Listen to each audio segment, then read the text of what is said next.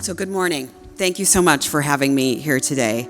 So I am Wisconsin's lieutenant governor, but I'm also a nurse and someone who has seen the reality of gun violence up close. Before I ever ran for office, I worked as an ER nurse in Baltimore. I've held pressure on wounds. I've watched families run through hospital doors desperate for news that will change their lives forever. I've seen the ripple effect, the fear, the trauma, the grief that never leaves a community. And now, as a mom of 2 kids, I carry that experience differently. I think about it every time there's another news alert, every time my kids head off to school, every time there's a lockdown drill. I truly thought that when kindergartners were murdered in their classroom, that would have been enough. Enough to make the changes we need to make. My son was the same age as one of those children in Sandy Hook. He shares a birthday with one of those little boys. I will always remember his name and his face, Noah Posner. I think about his family every time my child gets to celebrate another birthday. And that shared connection fuels me to keep working for common sense reform so no family has to experience that ever again.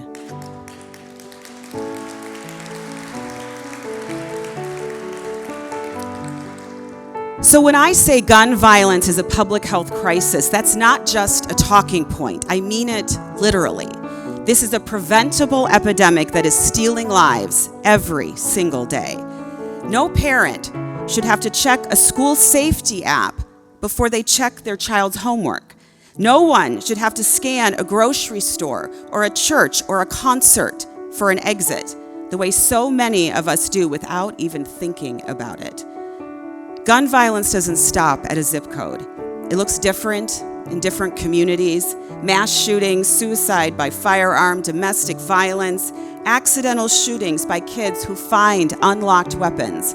But the outcome is always the same: heartbreak, trauma, and loss. We have the data. We know what works. We know what saves lives. The question is whether we have the courage and the guts to act on it. Governor Evers and I have tried to lead with that courage. Back in 2019, the governor called a special session of the legislature to take up gun safety laws. You might remember what happened. Republican leadership gavelled in and gavelled right back out in less than 1 minute. 1 minute. That's not leadership. That's not courage. That's turning your back on the very people who sent you there. We can protect the Second Amendment and protect our kids. I grew up around responsible gun owners who believe safety isn't political, it's just common sense. A gun was for hunting or a tool on the farm, but they taught us to respect them and treated safety as part of that tradition. Anyone who says we have to choose between safety and rights is just trying to divide us. Gun safety isn't a partisan issue. It's a Wisconsin issue, it's an American issue, and it's a public health issue. We can and we must do both.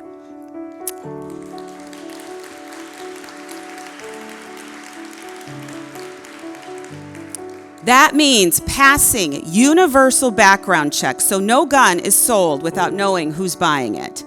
It means adopting red flag laws so when someone is in crisis, their family can step in before it's too late.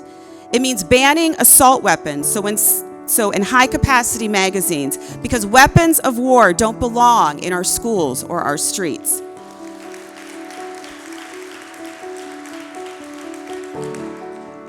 And it means treating this like the public health emergency it is by funding trauma recovery, mental health services, and community-based violence prevention programs that we know actually saves lives.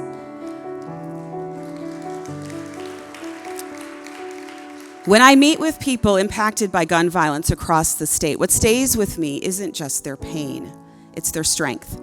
Families like those of my colleague in the assembly and a friend to many in this room, Jonathan Brostoff, they have channeled their pain into action, teaching others to recognize the danger signs of suicide and advocating for legislation that protects vulnerable people.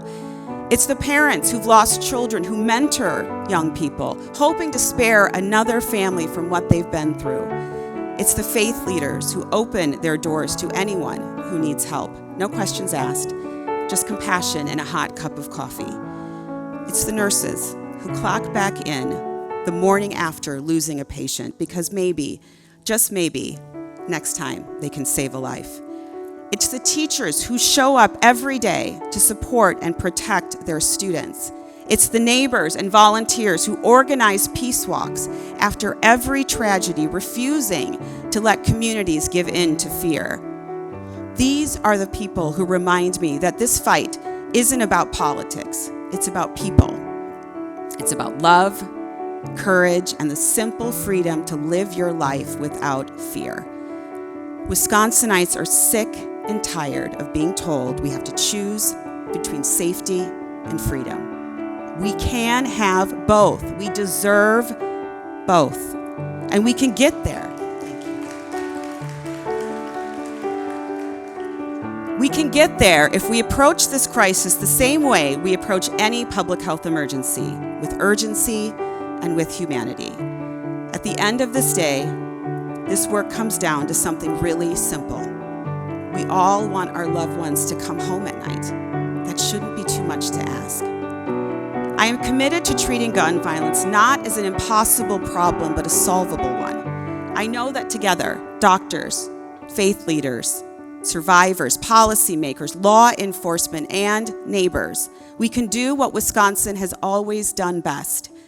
We owe it to our kids. We owe it to our communities.